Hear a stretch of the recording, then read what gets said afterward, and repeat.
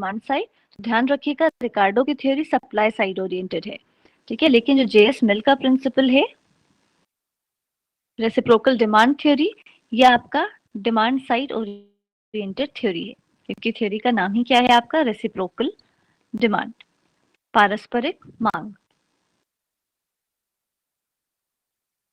तो कहीं पे नोट कर लीजिएगा, मिल की थ्योरी आपकी डिमांड साइड है, मांग पक्ष की है, और रिकार्डो की थ्योरी आपकी सप्लाई साइड की थ्योरी है, ठीक। तो जब मैं बार बार कह रही हूँ रेसिप्रोकल डिमांड, तो आपका क्वेश्चन क्या होता है कि व्हाट इज रेसिप्रोकल डिमांड, पारस्परिक मांग होती क्या है आपकी। तो पारस्परिक मांग, अगर हम डेफिनेशन की बात करें या रेसिप्रोकल डिमांड की हम परिभाषा पे जाएं, डेफिनेशन पे जाएं, तो ये आपका दिखाता है intensity of demand for the product of one country in the another country.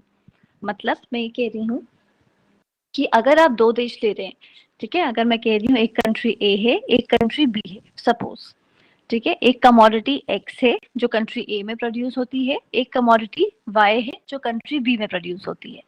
तो रेसिप्रोकल डिमांड क्या दिखाता है कि कंट्री ए में, ठीक है, जहां पर वाई कमोडिटी का प्रोडक्शन नहीं होता, उस कंट्री में वाई कमोडिटी की कितनी डिमांड है, इंटेंसिटी क्या है, वो हद क्या है, किस हद तक मांग करता है एक देश दूसरी कंट्री के प्रोडक्ट को, उस चीज को हम रेसिप्रोकल डिमांड कहते हैं। अगर बी कंट्री की बात करूं, तो बी कंट्री में एक्स कमोडिटी की डिमांड कितनी है, उसको हम चेक करते हैं रेसिप्रोकल डिमांड के थ्रू। मतलब अगर मान लीजिए ये आपका एक इंडिया है, प्लीज जब मैं आप लोगों को क्लास में सिलेबस पढ़ा रही हूँ, क्वेश्चन सिर्फ इस टॉपिक से रिलेटेड ही करिए। लास्ट के 5 मिनट हम डिस्कशन कर लेंगे, चाहे आपके एग्जाम की डेट का हो चाहे वाइवा की डेट का हो, जो भी आपके इससे डिफरेंट टॉपिक है क्वेश्चंस के, वो हम बाद में डिस्कस कर लेंगे। बीच टॉपिक में आप लोग मैसेज करोगे तो मेरा भी ध्यान वो हो जाएगा, डाइवर्ट होगा। तो मैं एग्जाम्पल के लिए बता रही हूँ, अगर मान लीजिए ए में कह रही हूँ इंडिया है, बी बोल मान लीजिए चाइना है, ठीक है। अगर इन दोनों कंट्रीज में आपको रेसिप्रोकल डिमांड समझना है, मान लीजिए यहाँ पे इंडिया राइस का प्रोडक्शन कर रहा है और ये मोबाइल फोन्स का कर रहा है, तो क्या होगी आपकी इंटेंसिटी, रेसिप्रोकल डिमांड क्या है, मतलब मैं ये कह रही हूँ कि इंडिया में चाइनीज प्रोडक्ट की कितनी डिमांड है, मतलब मोबाइल कितना मांग किया जा रहा है इंडिया में, इसको हम कैसे चेक करेंगे, रेसिप्रोकल डिमांड के थ्रू। या फिर चाइना में राइस का कितना डिमांड हो रही है इंडियन राइस की, उसको हम चेक करेंगे रेसिप्रोकल डिमांड के थ्रू। तो मतलब रेसिप्रोकल डिमांड या पारस्परिक मांग, जो टर्म से ही आपको समझ में आ रहा है म्यूचुअलिटी की या रेसिप्रोकलिटी की, वो कहता क्या है कि एक कंट्री में दूसरी कंट्री के प्रोडक्ट की डिमांड क्या है। मतलब जिस कंट्री की हम बात कर रहे हैं उसके डोमेस्टिक प्रोडक्शन की बात ना करके, जो दूसरी कंट्री है उसके प्रोडक्शन, जो वहां पे प्रोडक्शन हो रहा है उसकी डिमांड की बात करेंगे। तो we are talking about the intensity of demand for that product of one country in another. मतलब इंटेंसिटी क्या होगी, क्या तीव्रता है मांग की, उस तीव्रता को हम मेजर करते हैं रेसिप्रोकल डिमांड के थ्रू, जो कि हम दूसरे देश से मंगा रहे हैं, उस देश में क्या मांग होगी दूसरे प्रोडक्ट की, उसको हम चेक करते हैं पारस्परिक मांग से। तो रेसिप्रोकल डिमांड की बात की जब हम करते हैं, तो रेसिप्रोकल डिमांड का टूल यूज किया जेएस मिल ने फर्स्ट टाइम डिस्कस करने के लिए इंटरनेशनल ट्रेड को। तो हम जब इंटरनेशनल ट्रेड कह रहे हैं तो दैट मीन्स दो कंट्रीज हैं आपकी, और आपकी दो कमोडिटीज भी होंगी जिनके बीच में एक्सचेंज होगा। तो हम यहाँ पर रेसिप्रोकल डिमांड के थ्रू डिटरमाइन करेंगे टर्म्स ऑफ ट्रेड, कि व्यापार की शर्त क्या होगी। तो बेसिक टूल जो है आपका टर्म्स ऑफ ट्रेड है जेएस मिल का, कि ये आपका टर्म्स ऑफ ट्रेड जो है डिफरेंट बना रहा है बाकी थ्योरीज से जेएस मिल की थ्योरी को। है तीनों आपके क्लासिकल मॉडल्स, क्योंकि आपने चाहे एडम स्मिथ पढ़ा हो, चाहे रिकार्डो पढ़ा हो, चाहे आप मिल पढ़ो, तीनों ही आपके रिकार्डो के क्लासिकल मॉडल्स हैं। बट डिफरेंस क्या है, यहाँ पे हम टर्म्स ऑफ ट्रेड डिटरमाइन करेंगे। कैसे डिटरमाइन करेंगे, थ्रू रेसिप्रोकल डिमांड। जो व्यापार की शर्त है वो कैसे निर्धारित हो रही है, पारस्परिक मांग के बेसिस पे डिटरमाइन होगी। आप जब अपना सिलेबस देखोगे तो सिलेबस में आप लोगों को दो डिफरेंट टॉपिक दिख रहे होंगे, एक आपकी रेसिप्रोकल डिमांड और दूसरा आपका है ऑफर कर्व। एक रेसिप्रोकल डिमांड है और दूसरा आपने ऑफर कर्व का एक टॉपिक दिया होगा सिलेबस में, ठीक है। ये दोनों थ्योरीज आपकी अलग नहीं है, एक ही थ्योरी है आपकी, बस दो लोगों ने अपने अलग अलग व्यूज से इसको एक्सप्लेन किया है। जब आप पारस्परिक मांग की बात करते हैं तो पारस्परिक मांग का सिद्धांत मिल का है, ठीक, जेएसमिल ने दिया। अगर आपसे ऑफर कर्व पूछा जाता है तो ऑफर कर्व का सिद्धांत मार्शल एंड एजवर्थ ने दिया। ठीक है, बेसिकली आप मार्शल का नाम लेते हैं ऑफर कर्व के लिए। तो दोनों थ्योरी का क्रक्स एक ही है, कंक्लूजन एक ही है, बस बताने का तरीका अलग है। मार्शल ने अपने इसको ऑफर कर्व से बताया, प्रस्ताव वक्र के थ्रू बताया, एक्सप्लेन किया, और मिल ने इसको पारस्परिक मांग के थ्रू एक्सप्लेन किया। तो दोनों थ्योरीज आपकी एक ही चीज बताती हैं। तो एग्जाम में चाहे आपसे जेएस मिल की थ्योरी के नाम से पूछा जाए, चाहे आपसे पारस्परिक मांग पूछा जाए, ठीक है, मतलब रेसिप्रोकल डिमांड पूछा जाए, या फिर आपसे ऑफर कर्व प्रिंसिपल पूछा जाए, या फिर मार्शल की थ्योरी पूछी जाए, आपको लिखना इन दोनों के ही बारे में है। क्योंकि लॉन्ग में आपका अगर ये क्वेश्चन आता है तो आपको इन दोनों के बारे में ही डिस्कस करना है, और अगर शॉर्ट में आता है क्वेश्चन तो शॉर्ट में आपको अपने हिसाब से कट करना पड़ेगा उसको। लेकिन इस चीज को ध्यान रखिएगा कि आपकी दोनों थ्योरी एक ही है, हम एक ही साथ इन दोनों को पढ़ रहे हैं, बस हम टूल्स अलग अलग यूज करेंगे इसमें। जैसे ही ऑफर कर्व उसमें इंट्रोड्यूस हो जाता है, वो आपकी मार्शल और एजवर्थ की थ्योरी बन जाती है। जब तक आप रेसिप्रोकल डिमांड की बात कर रहे हो तब तक वो जेएसमिल की थ्योरी है। तो आप इन दोनों को अलग नहीं कर सकते, आपको लिखना साथ में ही पड़ेगा, और बुक्स में भी आपको साथ में ही मिलेंगी दोनों थ्योरी। तो यह आपका एक टॉपिक है, जो reciprocal demand and offer curve का टॉपिक है। आपके सिलेबस में इस साल जो आपका सिलेबस है उसमें 3 ही थ्योरीज दे रखी हैं, एक एडम स्मिथ की है, एक रिकार्डो की है, और एक मिल की थ्योरी। ठीक है, लेकिन इतने में आपकी फर्स्ट यूनिट अभी इस सिलेबस के अकॉर्डिंग एंड हो जाएगी। बट मैं एक टॉपिक और पढ़ाऊंगी, हैबरलर की थ्योरी। वो आपके सिलेबस से कट गई है, कर्टल्ड है इस साल, बट आप लोगों का पढ़ना इंपॉर्टेंट है, क्योंकि जिन बच्चों को आगे इकोनॉमिक्स परस्यू करना है, हैबरलर बहुत इंपॉर्टेंट थ्योरी है नियो क्लासिकल की। तो इसको हम डिस्कशन करेंगे, क्योंकि आपको आगे एंट्रेंस एग्जाम में या फर्दर आगे मास्टर्स में काम आएगा हैबरलर। तो अभी हमारे पास बहुत टाइम है, हम लोग इसको डिस्कस करके ही फर्स्ट यूनिट खत्म करेंगे। तो टेक्निकली जब हमारा मिल खत्म होगा, जेएस मिल, उस टाइम पे हमारी फर्स्ट यूनिट भले ही खत्म हो जाए, बट एक टॉपिक एक्स्ट्रा आप लोगों को मैं पढ़ाऊंगी हैबरलर का। तो उसमें क्वेश्चन मत करिएगा कि टॉपिक सिलेबस में नहीं दिया है, जिनको नहीं पढ़ना है वो फ्री है, क्लास मत अटेंड करिएगा। बट जिनको आगे इकोनॉमिक्स रखना है, इस टॉपिक को पढ़ना इंपॉर्टेंट है, क्योंकि एंट्रेंस में इससे क्वेश्चन आपसे पूछे जाते हैं। तो हम आते हैं अब एजम्पशंस पे, कि जेएस मिल ने अपने क्या एजम्पशन लिए थे, इस मॉडल के एजम्पशंस क्या क्या हैं। जब एजम्पशन की बात कर रहे हैं हम, तो ये आपका क्लासिकल स्कूल है। तो क्लासिकल स्कूल की बात करें तो यहाँ पे कौन सा कंपटीशन होगा मार्केट में, कौन सी प्रतियोगिता पाई जाएगी? बताइए, दो थ्योरीज आप लोग क्लासिकल स्कूल्स की पढ़ चुके हैं।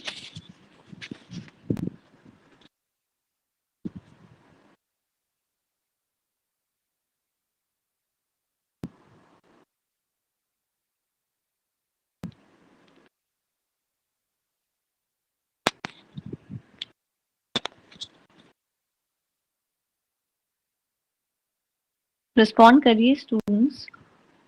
दो थ्योरीज आप लोगों को मैं पढ़ा चुकी हूँ, आप लोगों को नहीं पता क्लासिकल स्कूल में कौन सा मार्केट होता है, कंपटीशन कौन सा है?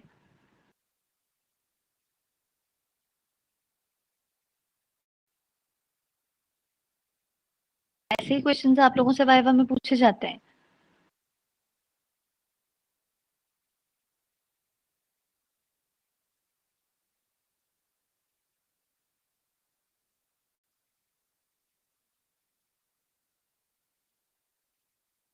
परफेक्ट कंपटीशन होगा आपका क्लासिकल स्कूल्स में, जो आपका क्लासिकल विचारधारा है उसके अकॉर्डिंग क्या होता है, मार्केट में परफेक्ट कंपटीशन पाया जाएगा।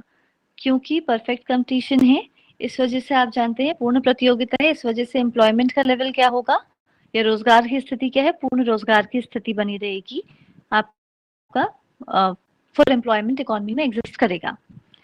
सूरज, जिसने कैपिटल मार्केट लिखा है, अपने प्लीज इसको रिफाइन करिए, आपको पता नहीं कहाँ से कैपिटल मार्केट का कंसेप्ट मिल गया, वहां पे कैपिटल मार्केट वहां नहीं है फ्री क्लासिकल स्कूल्स में। तो पहला जो हमारा एजम्पशन है वो हम मान कर चलते हैं 2x2 मॉडल। 2x2 जब मैं लिख रही हूँ तो इसका मतलब क्या है, देर आर 2 कंट्रीज, 2 देश होंगे, एंड देर आर 2 कमोडिटीज। ठीक है, पहली मान्यता क्या है कि इस मॉडल में आपके दो देश हैं, A and B if suppose, और 2 कमोडिटीज हैं, 2 वस्तुएं हैं, जिसको हम कह रहे हैं X and Y if suppose. ठीक, तो पहली कंडीशन क्या है, 2x2 का मॉडल है आपका, 2 कंट्रीज एंड 2 कमोडिटीज।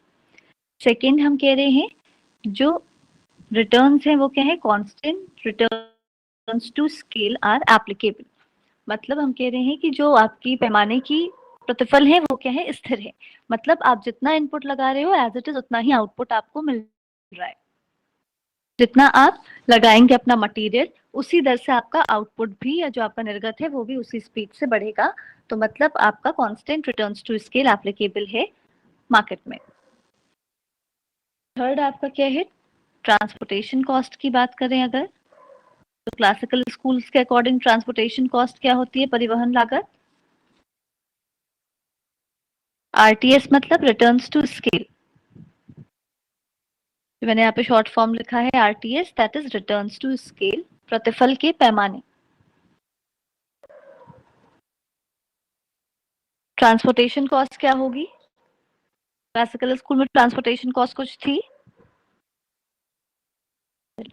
ठीक, क्योंकि हम मानते हैं कि क्लासिकल स्कूल मानता है ट्रांसपोर्टेशन कॉस्ट परिवहन लागत आपकी 0 के बराबर है। तो इनका नेक्स्ट एजम्पशन है। फिर आपका perfect competition in the economy, पूर्ण प्रतियोगिता पाई जाएगी बाजार में और फुल एम्प्लॉयमेंट की सिचुएशन होगी, पूर्ण प्रतियोगिता होगी जिसमें कि पूर्ण रोजगार की प्राप्ति होगी। नेक्स्ट क्या है आपका, टेस्ट आपका चेंज नहीं होगा, जो भी लोगों की वरीयता है, प्रेफरेंस है, स्वाद है, टेस्ट है, उसमें कोई चेंज नहीं आएगा। टेस्ट आपका कांस्टेंट रहेगा ओवर द टाइम। सिक्स आपका क्या है, free trade between the Nations. अच्छा, अगर मैं टेस्ट की बात कर रही हूँ कि लोगों की वरीयता में टेस्ट में कोई अंतर नहीं आ रहा है, तो क्यों हम ये एजम्पशन क्यों इम्पोर्टेंट है मानना कि टेस्ट में कोई अंतर नहीं आ रहा है, कोई बता सकता है कि हम यहाँ पर वरीयता या प्रेफरेंस या टेस्ट की बात क्यों कर रहे हैं कि लोगों का टेस्ट नहीं चेंज हो रहा।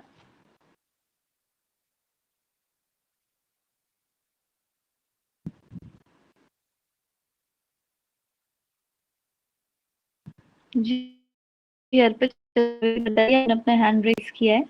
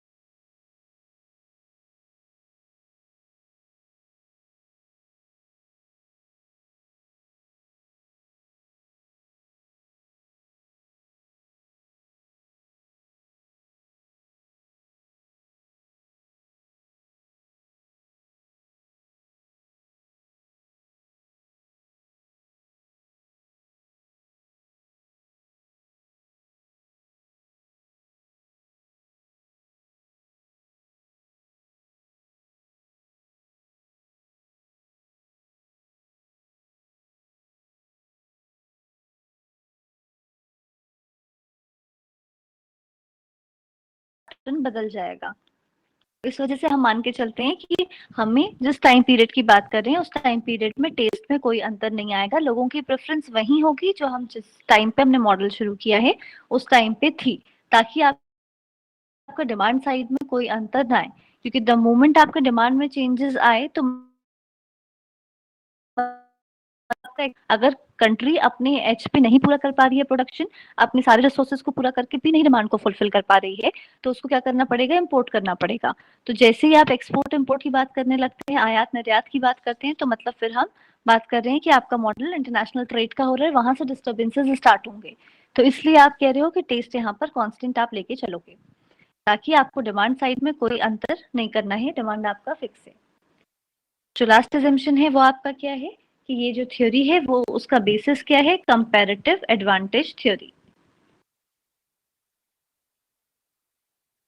कि मिल का सिद्धांत आपका तुलनात्मक लाभ सिद्धांत पर आधारित है। तो इसके बेसिस पे जो एजम्पशंस है इनके बेसिस पे हम क्या देखते हैं कि रेसिप्रोकल डिमांड कैसे डिटरमाइन करेगी टर्म्स ऑफ ट्रेड को, या जो अभी हम बात कर रहे थे रेसिप्रोकल डिमांड की पारस्परिक मांग का के थ्रू हम कैसे निर्धारित कर रहे हैं व्यापार की शर्त, कि अल्टीमेट हमें करना क्या है, टर्म्स ऑफ ट्रेड को डिटरमाइन करना है। ठीक, तो क्योंकि हम कह रहे हैं रेसिप्रोकल डिमांड क्या है, इंटेंसिटी की बात करें कि एक कंट्री में दूसरी कंट्री की डिमांड क्या होगी, हम उसकी इंटेंसिटी की बात कर रहे हैं। तो हमें अगर पता होगा कि इंडिया में चाइनीज प्रोडक्ट की डिमांड कितनी है या इवन इंडिया में यूएस के प्रोडक्ट की डिमांड कितनी है, तो उसके हिसाब से हम एक्सचेंज रेट को डिटरमाइन करेंगे। व्यापार की शर्त का निर्धारण ही आपका इसके बेसिस पे होगा कि आपकी इकोनॉमी में कितना आप डिमांड कर पा रहे हो, कितनी मांग कर पा रहे हो दूसरी कंट्री के प्रोडक्ट को। तो हमें करना क्या है, TOT determines by intensity of domestic demand for foreign good and intensity of demand for domestic good. मतलब हमें क्या देखना है कि डोमेस्टिक कंट्री में फॉरेन गुड की डिमांड कितनी है, और दूसरी चीज क्या देखनी है, फॉरेन कंट्री में डोमेस्टिक गुड की डिमांड कितनी है। मतलब जो हमारा घरेलू देश है, इस देश में जो हम बाहर का देश ले रहे हैं उसकी मांग कितनी होगी, और बाहर वाले देश में हमारे घरेलू उत्पादन की डिमांड कितनी है। इन दोनों के बेसिस पे आप एक्सप्लेन करते हैं रेसिप्रोकल डिमांड की थ्योरी टर्म्स ऑफ ट्रेड के सेंस में, कि जब आपको व्यापार की शर्त निर्धारित करनी है तो आप कैसे दिखाएंगे कि रेसिप्रोकल डिमांड का रोल क्या है। तो हम आते हैं इस पे कि आपका नेक्स्ट जो हमने टूल यूज करना है, ऑफर कर्व, प्रस्ताव वक्र। रेसिप्रोकल डिमांड क्या है, यहां तक क्लियर है?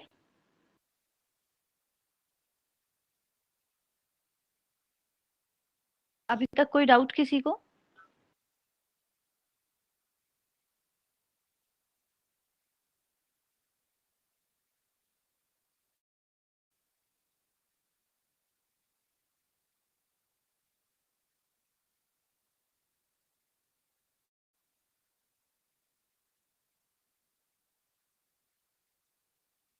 तो फ्री ट्रेड मतलब हम कह रहे हैं कि जब कोई टैरिफ या कोई टैक्स इम्पोज नहीं किया है, जब गवर्नमेंट का इंटरवेंशन नहीं है, क्योंकि the moment government will enter in the scene, वो क्या करेगी, टैक्स इम्पोज करेगी, अपने रेगुलेशंस बनाएगी, उसके अकॉर्डिंग ही ट्रेड स्टार्ट होगा। तो क्लासिकल स्कूल का एजम्पशन है, क्लासिकल विचारधारा की मान्यता है कि यहाँ पर गवर्नमेंट का कोई भी हस्तक्षेप नहीं होता है, सरकारी हस्तक्षेप नहीं होगा। तो जब सरकारी हस्तक्षेप नहीं होगा तो हम कहेंगे कि यह आपका मुक्त व्यापार है, फ्री ट्रेड है, क्योंकि वहां पर किसी भी तरीके की पॉलिसीज या कोई भी टैक्स स्ट्रक्चर वहां पे एप्लीकेबल नहीं होता है।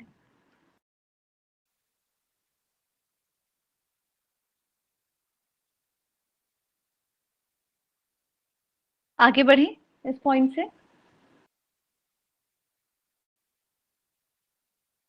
देखिए टेस्ट का जो एजम्पशन है, वरीयता का जो एजम्पशन है, वो सिंपली आपका लिखा होता है बुक्स में कि टेस्ट या प्रेफरेंस में कोई अंतर नहीं है, वो आपका स्थिर रहेगा। स्थिर क्यों रहेगा, उसके पीछे का लॉजिक मैं आपको बता रही थी। क्योंकि अगर टेस्ट में अंतर आता है, अगर आपके स्वाद में अंतर आता है, आपकी वरीयताओं में अंतर आता है, तो उसका डिमांड पे सीधा इम्पैक्ट पड़ेगा। आपको कोई चीज आज पसंद है, मान लीजिए 1 महीने बाद नहीं पसंद आती, तो आपका टेस्ट उसके लिए खराब हो चुका है, आप आपकी वरीयता उसके लिए नहीं है अब। तो मतलब आप अगर पहले किसी चीज का कंजम्पशन 10 यूनिट कर रहे थे, अब आपको उसका टेस्ट नहीं पसंद है, तो ऑब्वियसली आप उसका 10 यूनिट तो कंजम्पशन नहीं करोगे, या उससे बढ़ाओगे नहीं कंजम्पशन, उसका उपभोग आपका 10 यूनिट से कम ही होगा। तो अगर आपने 10 से 8 कर दिया उसका कंजम्पशन, और इकोनॉमी में आप जैसे बहुत सारे लोग हैं, सबने अगर 2-2 यूनिट उसका कंजम्पशन कम कर दिया, तो अल्टीमेटली जो एग्रीगेट डिमांड है, जो आपकी समग्र मांग है, वो उसकी नीचे हो जाएगी। तो जैसे ही आपकी मांग कम हो गई, तो मतलब आपका जो आउटपुट प्रोड्यूस कर रहे थे, जो प्रोड्यूसर पहले अपना उत्पादन कर रहा था, पहले की मांग के हिसाब से उसकी एक्सपेक्टेशंस ये नहीं थी कि टेस्ट में अंतर आएगा, तो उसने तो ज्यादा उत्पादन कर दिया, आपके पास बफर स्टॉक हो गया, और डिमांड कम हो गई। तो जो बचा हुआ हिस्सा है, उस हिस्से का कोई क्या करेगा, तो मतलब वो आपका वेस्ट जाएगा। तो हम ये कह रहे हैं कि जैसे ही आपका टेस्ट में अंतर आता है, या फिर कोई चीज आपको अचानक से बहुत अच्छी लगने लग गई, पहले आप 10 यूनिट कंज्यूम कर रहे थे, अब आपको उसकी 15 यूनिट अच्छी लग रही है, आप जैसे इकोनॉमी में बहुत सारे लोग होंगे, तो क्या हो रहा है कि उसकी एग्रीगेट डिमांड इंक्रीज कर जाएगी, जबकि पूरी इकोनॉमी में इतनी कैपेबिलिटी नहीं है, इतने रिसोर्सेज नहीं है कि वो इतनी बढ़ी हुई मांग को एक साथ डील कर पाए। तो क्या होगा, अब उसको क्या करना पड़ेगा, बाहर से चीजों को मंगाना पड़ेगा, या कैसे भी करके उसको अरेंज करना पड़ेगा अपनी उस डिमांड को फुलफिल करने के लिए। तो मतलब हम क्या कह रहे हैं, जैसे ही टेस्ट में अंतर आता है, जैसे ही हम चेंजेस इन टेस्ट की बात करते हैं, तो उससे डिमांड अफेक्ट होगी, या तो बढ़ेगी या तो कम होगी। तो इसलिए हम बढ़ने और घटने की पॉसिबिलिटी को क्या करते हैं, मिनिमाइज या न्यूट्रलाइज कर देते हैं, ये बोल के कि जो टेस्ट है वो आपका क्या होगा, जिस टाइम पीरियड की आप बात कर रहे हो उसमें स्थिर रहेगा, उसमें कोई अंतर नहीं आएगा। There is constancy in the taste and preferences in the economy. Is it now clear? Shobha, questions आपको एजम्पशंस को एक्सप्लेन करने की जरूरत नहीं है। ये आपको मैं हर एक एजम्पशन को इसलिए एक्सप्लेन कर रही हूँ क्योंकि आपको वाइवा देना पड़ सकता है। अदरवाइज आप जब मॉडल लिखोगे, जब आंसर राइटिंग करोगे, आप एक एक लाइन में भी लिख सकते हो एजम्पशन को, थोड़ा सा बस उसका मेन पॉइंट को एक्सप्लेन करके एक एक लाइन में भी आप लिख लीजिएगा उसको। तो नेक्स्ट जो पॉइंट है वो आपका प्रस्ताव वक्र का है। ऑफर कर्व क्या होता है? ऑफर कर्व आपको क्या दिखाता है? इसे नाम से ही क्लियर है, ऑफर करना, ठीक है, किसी को प्रस्ताव देना। तो it indicates what quantity of a particular commodity one country is willing to offer in exchange with another commodity. मतलब ये बता क्या रहा है कि कितनी क्वांटिटी किसी पर्टिकुलर कमोडिटी की किसी एक कंट्री के द्वारा प्रस्तावित की जाती है, ऑफर दी जाती है किसी दूसरी कंट्री की कमोडिटी के साथ एक्सचेंज करने के लिए। मतलब मैं कह रही हूँ कि अगर हमने दो कंट्रीज ली ए एंड बी, ए का स्पेशलाइजेशन एक्स में है, बी का स्पेशलाइजेशन अगर वाई में है, तो मैं कह रही हूँ ये दोनों के बीच में रेसिप्रोकल डिमांड एग्जिस्ट करेगी, क्योंकि ए कंट्री में वाई कमोडिटी की गुड की भी जरूरत है और बी कंट्री में भी डिमांड है एक्स कमोडिटी की। ठीक है, सबसे पहले आप ये डायगोनल बना के क्लियर कर लेना कि रेसिप्रोकैलिटी है क्या। पारस्परिक मांग क्या है?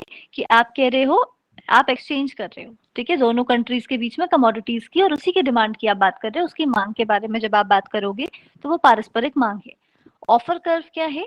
कि कंट्री ए अपनी एक्स कमोडिटी को किस रेट पर एक्सचेंज करने के लिए तैयार है कंट्री बी की वाई कमोडिटी के साथ। ठीक है, मतलब कंट्री ए अपनी एक्स जो कमोडिटी है इसको कौन सी रेट पे ऑफर कर रहा है बी कंट्री को। ठीक है, वो ऑफर कौन सी रेट पे करेगा, किस दर पे वो प्रस्तावित कर रहा है कंट्री बी की वाई कमोडिटी के लिए अपनी एक्स कमोडिटी को, इसको हम दिखाते हैं ऑफर कर्व के थ्रू। तो ऑफर कर्व जैसे नाम से आपका क्लियर है कि ऑफर कर रहा है कोई एक देश अपनी कमोडिटी को जिस रेट पे दूसरी कंट्री की कमोडिटी के साथ, उसको एक्सप्लेन करता है ऑफर कर्व, कि आप कौन सी रेट पे कौन सी दर पे प्रस्ताव कर रहे हैं एक देश की कमोडिटी को दूसरी देश की कमोडिटी के साथ, ताकि ये दोनों कमोडिटीज एक्स एंड वाई आपस में क्या हो सके, एक्सचेंज हो सके। उस रेट को आपको डिटरमाइन करना है थ्रू ऑफर कर्व।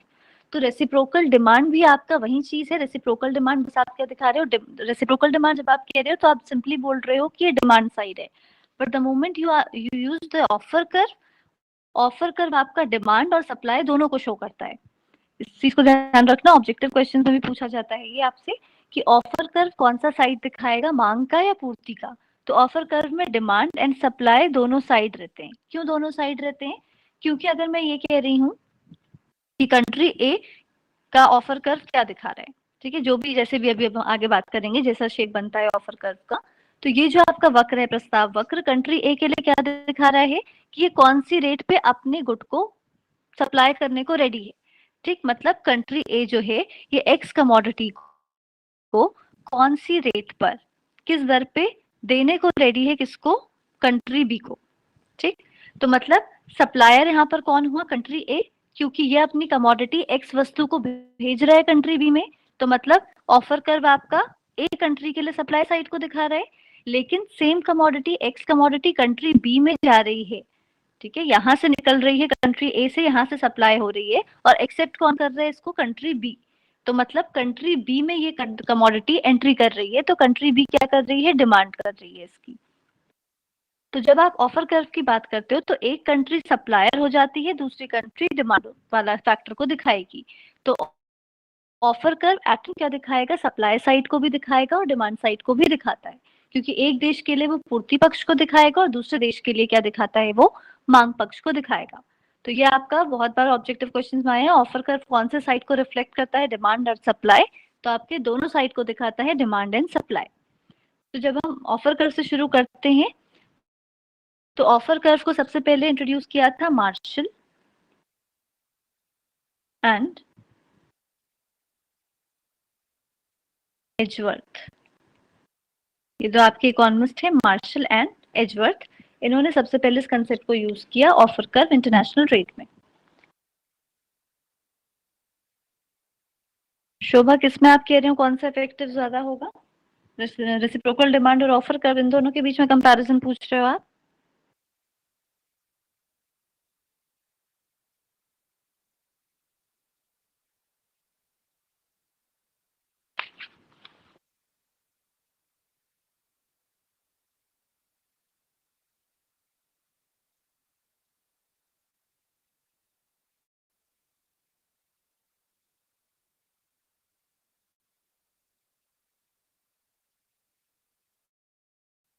तो जब हम एक्सप्लेन करेंगे इसको ऑफर कर्व को, तो हम वापस से अभी देखिए, अगर आप ये पूछ रही थी कि क्या आपका ज़्यादा इम्पोर्टेंट है एडवर्स बॉक्स मतलब ऑफर कर्व या फिर आपका ये रेसिप्रोकल डिमांड, तो दोनों की इंपॉर्टेंस है अपनी, क्योंकि दोनों के बेसिस पे ही आप टर्म्स ऑफ ट्रेड डिटरमाइन कर पाओगे। या आपका क्वेश्चन इस तरीके का है कि मैम प्राइस लेवल डिटरमाइन करने के लिए डिमांड इंपॉर्टेंट है या सप्लाई। अगर मैं आपसे ये पूछूं कि प्राइस या इक्विलिब्रियम प्राइस या इक्विलिब्रियम कीमत का संतुलन निर्धारित करने के लिए मांग ज्यादा इंपॉर्टेंट है या पूर्ति, तो दोनों इक्वली इंपॉर्टेंट है, क्योंकि दोनों के बगैर आपको वो इंटरसेक्शन का पॉइंट नहीं मिल सकता। ये डिमांड होती है, सप्लाई होती है, जहां ये काटेगा वहीं पे आपका प्राइस डिटरमाइन है। तो यू कैन नॉट डिटरमाइन कि whether demand side is whether important और supply side important, दोनों important है। सिमिलरली आपका यही बात यहाँ पे भी है कि रेसिप्रोकल डिमांड भी इंपॉर्टेंट है, कि उसी के बेसिस पे आपका क्या निकलेगा ऑफर कर्व, आप उसी के बेसिस पे डिराइव कर पाओगे। तो इंपॉर्टेंस की यहाँ पर बात नहीं है, यहाँ पे दो कंसेप्ट की बात है कि दोनों ने अलग अलग कंसेप्ट को एक साथ जोड़ा है। तो जैसे हमने लास्ट एग्जाम्पल लिया था, हम उसी एग्जाम्पल से यहाँ पे एक्सप्लेन करते हैं जो हमने लास्ट क्लास में रिकार्डो में लिया था, उसको ही हम लेकर यहाँ पर दिखाएंगे टर्म्स ऑफ ट्रेड कैसे डिटरमाइन हो रही है। कि आपने जहाँ पे नोट किया था लास्ट क्लास को, उस एग्जाम्पल को खोलिएगा। हमने दो कमोडिटीज ली थी, वाइन एंड लिनन। दो कंट्रीज थी हमारे पास, एक इंग्लैंड था और दूसरा हमने लिया था पुर्तगाल। हम ये कह रहे थे कि इंग्लैंड को वाइन के प्रोडक्शन में कितना लग रहा है, 120 लेबर आवर्स लग रहे हैं, ठीक है, 120 श्रम घंटे लग रहे हैं। लिनन के प्रोडक्शन में 100 लेबर आवर्स लग रहे हैं, ठीक। जब हमने पुर्तगाल की बात करी थी, तो पुर्तगाल में क्या था same, 60 labour hours and linen का 90 लेबर आवर्स। तो क्योंकि हम कह रहे हैं इसका बेसिस कंपैरेटिव एडवांटेज थ्योरी है, हम बात कर रहे थे तुलनात्मक लाभ सिद्धांत की, तो इसलिए हम यहाँ पर अगर देखें तो हमें एब्सोल्यूट एडवांटेज का कोई भी सीन यहाँ नहीं दिखता है, निरपेक्ष लाभ नहीं है, क्योंकि पुर्तगाल को दोनों ही कमोडिटीज में कम समय लग रहा है। अगर वो वाइन का प्रोडक्ट कर रही है तो उसको 60 घंटे लग रहे हैं, अगर वो लिनन का प्रोडक्शन कर रही है तो 90 घंटे लग रहे हैं। अगर हम इसको कंपेयर करें इंग्लैंड के साथ, इंग्लैंड को वाइन बनाने में 120 घंटे लगते हैं, जबकि पुर्तगाल उसी कमोडिटी को 60 घंटों में बना ले रही है। तो मतलब पुर्तगाल को फायदा है इसको बनाने में। अगर हम लिनन की बात करें, इंग्लैंड को 100 लेबर आवर लगते हैं लिनन बनाने में, पुर्तगाल को 90 घंटे लगते हैं। तो यहाँ पर जो एब्सोल्यूट एडवांटेज की अगर बात करें तो सिर्फ और सिर्फ पुर्तगाल को ही है यहाँ पर दोनों कमोडिटीज में। तो ऐसे सिचुएशन में रिकार्डो ने क्या बताया कि हम देखते हैं कंपैरेटिव एडवांटेज को, हम बात करते हैं तुलनात्मक लाभ की, कि जहां पर तुलनात्मक लाभ ज्यादा होगा वो कंट्री उसको चूज कर लेगी जिसके पास डोमिनेंसी है दोनों ही कमोडिटीज में। तो इसके बेसिस पे हमने क्या देखा था, इंग्लैंड किसमें स्पेशलाइजेशन कर रहा था, इस बिल को हम डिस्कस कर चुके हैं लास्ट क्लास में। तो अब बताइए इंग्लैंड के स्पेशलाइजेशन के, जहां तक हमने पढ़ा है वहां के आगे हम पढ़ेंगे, लास्ट क्लास को फिर से नहीं रिपीट करूंगी मैं।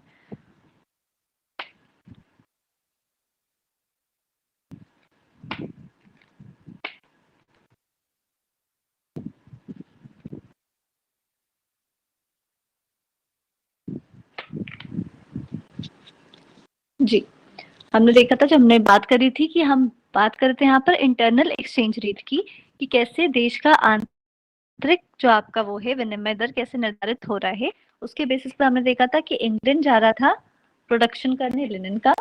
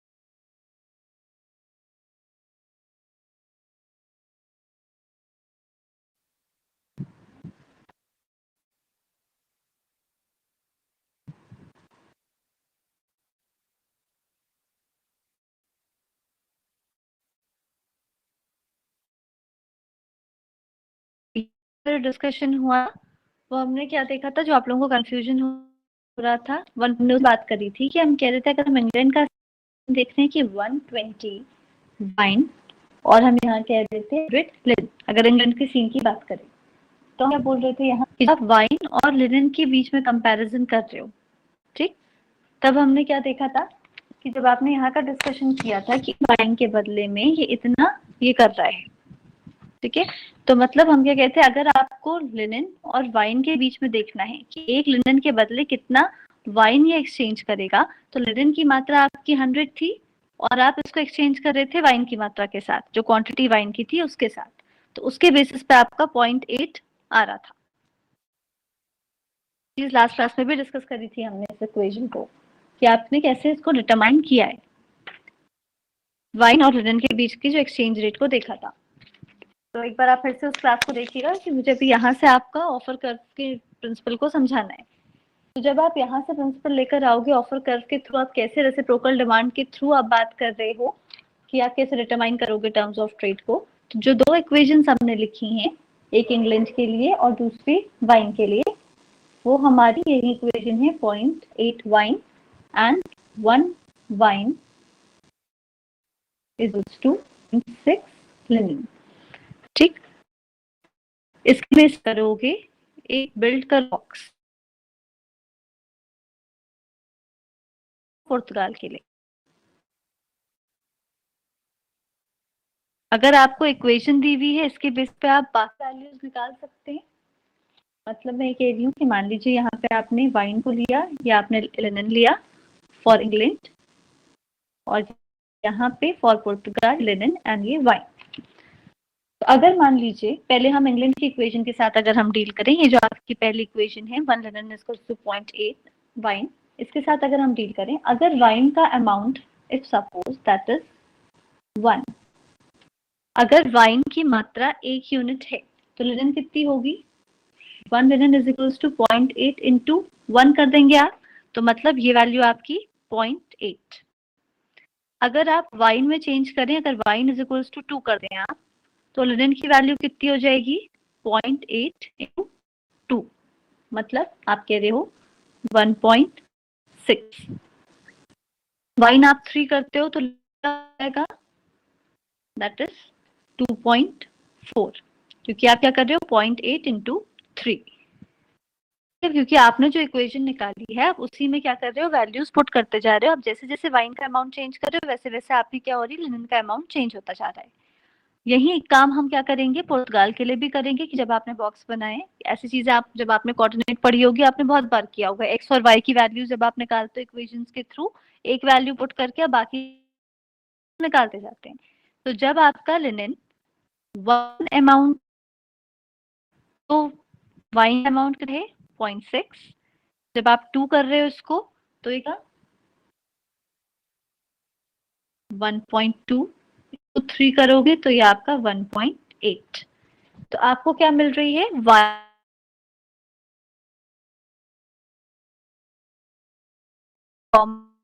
आपको मिलती जा रही है।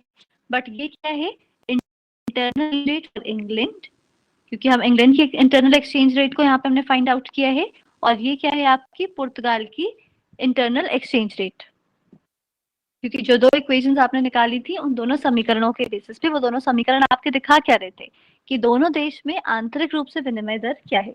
आपने दोनों देशों की अलग अलग आंतरिक एक्सचेंज रेट को निकाला, विनिमय दर को निकाला, और उसके बेसिस पे आप क्या करोगे टर्म्स ऑफ ट्रेड को डिटरमाइन करोगे। ये पॉइंट कहाँ से आया, ये बॉक्स कैसे बना, ये क्लियर है आप लोगों को।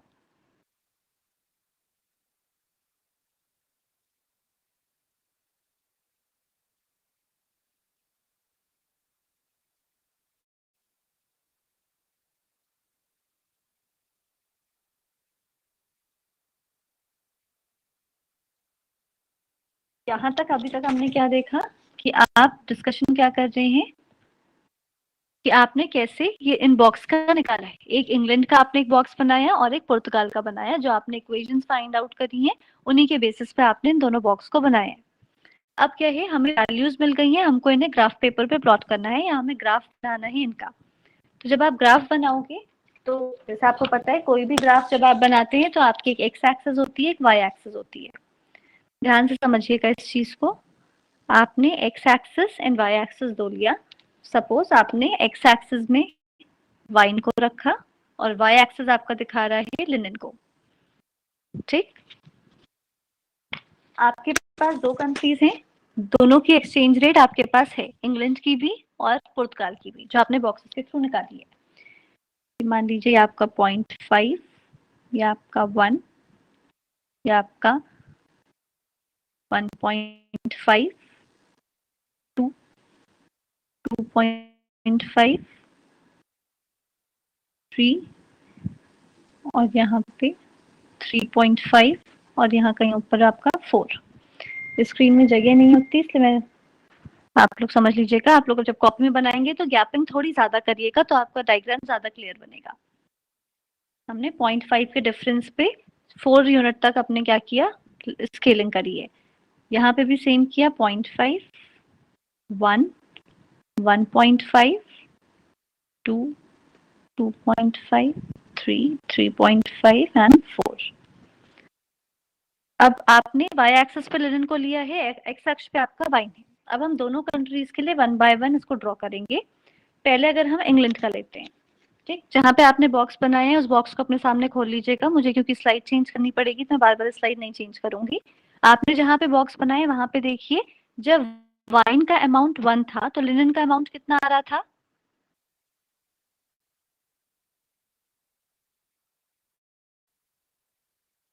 0.8। फटाफट आंसर करिएगा, ठीक है।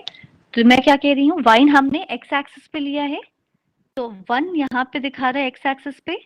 दूसरा पॉइंट क्या है, लिनन 0.8, मतलब ये आपका कहीं पे लगभग यहाँ के आसपास होगा। तो पहला जो हमें पॉइंट मिला वो हमें यहाँ पे मिला, ठीक है। This is the 0.1 for England, एक वाइन के बदले 0.8 लिनन। सेकेंड, जब वाइन आपका 2 हो गया तो लिनन की मात्रा कितनी हो गई, 1.6। तो ये आपका 2 है और 1.6 आपका लगभग यहाँ पे कहीं, तो मतलब जो नया पॉइंट हमें मिलेगा वो ऑलमोस्ट यहाँ पे कहीं पे। थर्ड यूनिट पे जाएं। थर्ड यूनिट क्या दिखा रही है, तीसरी, जब आप 3 वाइन को यूज कर रहे हैं तो लिनन का अमाउंट कितना हो गया, 2.4। मतलब ये यहाँ पे आपका 3 एंड 2.4 ऑलमोस्ट यहाँ पे कहीं, ठीक है। तो इसके बेसिस पे आप जब इसको ड्रॉ करोगे तो ये आपका यहाँ कहीं ये पॉइंट आएगा। इसके आगे बढ़ोगे 4 यूनिट पे 3.4 समथिंग, तो ये आपकी चौथी यूनिट है और 3.4 आपका लगभग यहाँ पे कहीं। तो मतलब ये जो अमाउंट आएगा वो आपका इधर कहीं जाएगा। मेरी स्क्रीन के आउटर में जा रहा है वो, तो आप लोग अपने हिसाब से ड्रॉ करिएगा। तो ये इन लाइंस को जब आप एक साथ ज्वाइन करोगे तो ये क्या दिखा रहा है, internal exchange rate for England. क्योंकि हमने ये इंग्लैंड की इक्वेशन से ड्रॉ किया है तो ये हमें क्या दिखा रहा है, आंतरिक विनिमय दर इंग्लैंड की। सेम यही चीज अब हम दूसरी इक्वेशन के साथ करें। अगर पुर्तगाल में देखिए, जब लिनन का अमाउंट 1 है तो वाइन का अमाउंट कितना है,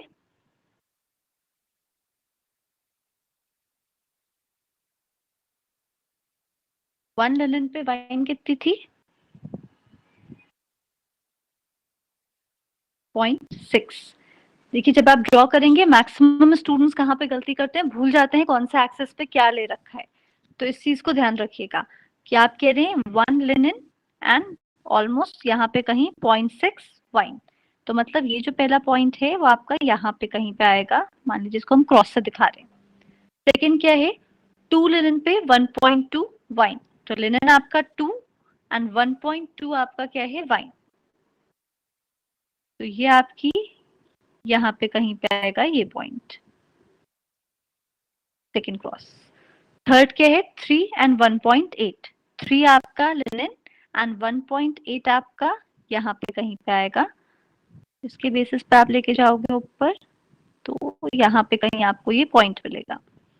नेक्स्ट आपका 4 पे 2.4, लिनन आपका यहाँ पे 4 और यहाँ कहीं पे आपका आएगा इधर पे 2.4, ठीक।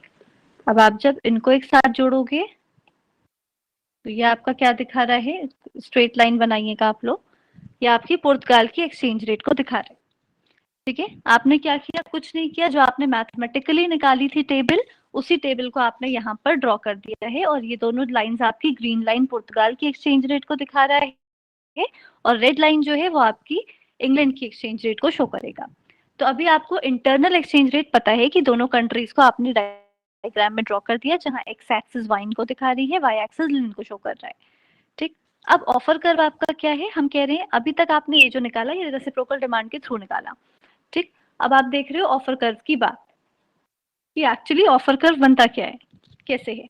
अब जब पुर्तगाल अपनी किसी ऑफर करेगा अपनी कमोडिटी को इंग्लैंड के पास, तो वो अपनी एक्सचेंज रेट के पास ऑफर ना करके इंग्लैंड की एक्सचेंज रेट के पास कहीं ऑफर करेगा। क्यों ऐसा कर रहा है, क्योंकि हमें याद करिए जब हम कंपैरेटिव एडवांटेज थ्योरी पढ़ रहे थे हमने कहा था गैपिंग जितनी ज्यादा होगी उतना ज्यादा कंपैरेटिवली एडवांटेज मिलेगा।